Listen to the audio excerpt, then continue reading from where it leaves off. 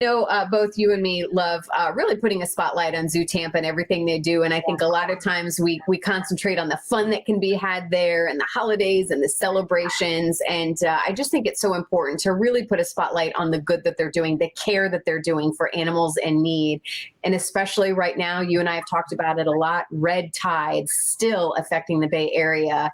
It's pretty devastating to watch. And joining us this morning to kind of give us an update, they were in the news this week, of course, with one of their rescues, is Jamie Vaccaro, one of the care specialists there over at ZooTampa, senior animal care professional. She's was telling us, Jamie, you've been at this now for several years, almost 14 years now. I guess let's start here, Jamie, with kind of what you're saying with red tide. You guys rescued a manatee this week. I mean, kind of what's your thoughts this morning, Jamie, as we kind of check in with you? Hi, good morning. Thanks for having me. That is correct. We've seen a lot of red tide this year and in years previous, and the 14 years that I've been here. Right now, we're having a pretty heavy bloom along the coast, and we had a manatee come in, a very small female. She's about 245 pounds. She came in Monday. And, fortunately, our staff, fortunately, she was rescued, reported, and brought in by a lot of our partners. Moult Marine Lab and Florida Fish and Wildlife helped to get her to our hospital so we could give her the critical care she needs. Where was she at? How did we know that she was, struggling? What's kind of the story with it? Right. She was reported, and Moult Marine Laboratory she was reported by a citizen, which is, again, really important. Our community is a big part of getting manatees into our hospitals for rescue and for rehabilitation. And someone had spotted the manatee, and Moult Marine Laboratory was able to go out and, in collaboration with Fish and Wildlife, deem that manatee needed attention. And manatees, when they're affected by red tide, they get very disoriented. It's more neurological for them. It can cause them to not be able to really break the water's plane to come up and take a breath. And ultimately, if not found, they could drown in the wild. Well, I was going to say, and I was reading this is your 23rd patient this year, which I think it's fabulous to also note that you have one of only 4 facilities right here. To have seen 23 manatees so far, one of 4 here in the Bay Area. Is that something that you're able to see ways to improve? I mean, are these manatees able to survive once the care, and do you release them? Like, let's kind of, what's the whole picture behind what you're able to do for these patients? Sure. So the first step is getting them into a hospital. So again, we really rely on the community to, if they ever see a manatee that they think is in distress or needs attention. How would you know, Janie? Like what? I mean, because they're general kind of slow. I mean, it's not like you see a lot of movements from them, anyways.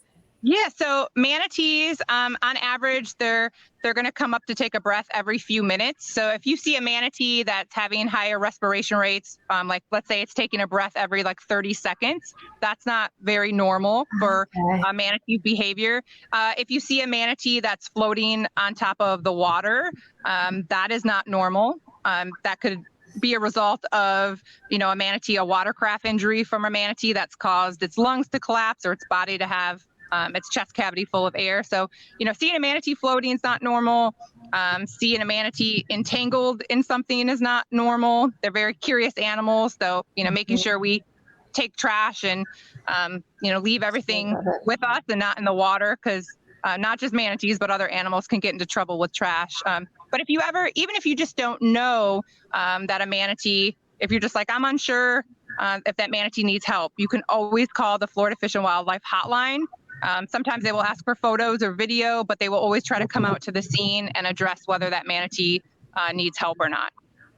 So then when you do get them in your hospital, I mean, of the 23 you've had, have you been able to release any of them? I want to end on a positive note here to talk about the care, or do you wait until the algae bloom has kind of cleared out of the area before you try to release them? Yeah, so for red tide, once we get them into our hospital, it usually takes about 24 hours to get the red tide out of their system. So when that little manatee that you just saw came in, our staff stayed with her overnight. So I was there from 11 p.m. to 3 a.m. Monitoring her, making sure that she could breathe on her own. Because as I said, red tide is a neurotoxin for manatees. So when they come into our hospital, we put them in fairly shallow water. Sometimes we have to elevate their airway by using pool noodles or life jackets, and we give them around the clock care so they can kind of detox from the toxic algae bloom. Once they're out of it, they usually are a little sluggish for the first few days because they can have body seizures, and it's kind of a lot like stomach poisoning for us. You know, you just don't feel that great for a few days. But after it's out of its system and they're out of that red tide area, they can be returned back to that body of water once it's gone. But unfortunately, right now, Sarasota, Citrus County, a lot of places are facing high counts of red tide. So we'll just monitor that closely with Fish and Wildlife, and hopefully get her back out there sometime in the near future. She is pretty small though too, so that's unfortunate as well. She should still be with her mom, so we have to address that issue of her having red tide, but also being a potential orphan calf due to her size. Oh my goodness. Well, I'm so glad we were able to talk about this today, Jamie. Thank you for your time. And I don't think we can stress it enough. I'll just back up what you were saying. If you ever see a manatee or any sea animal in distress, give Florida Fish and Wildlife Conservation Commission a call. Numbers 1-888-404-3922. Thanks again, Jamie. Thank you for all you're doing, Jamie. Keep it up. And we look forward to getting an update and hopefully getting her back out in the wild. Thanks so much for shining the light on manatees and all the struggles they've had this year. Appreciate it. I love it. All right. Thank you, Jamie. Take care.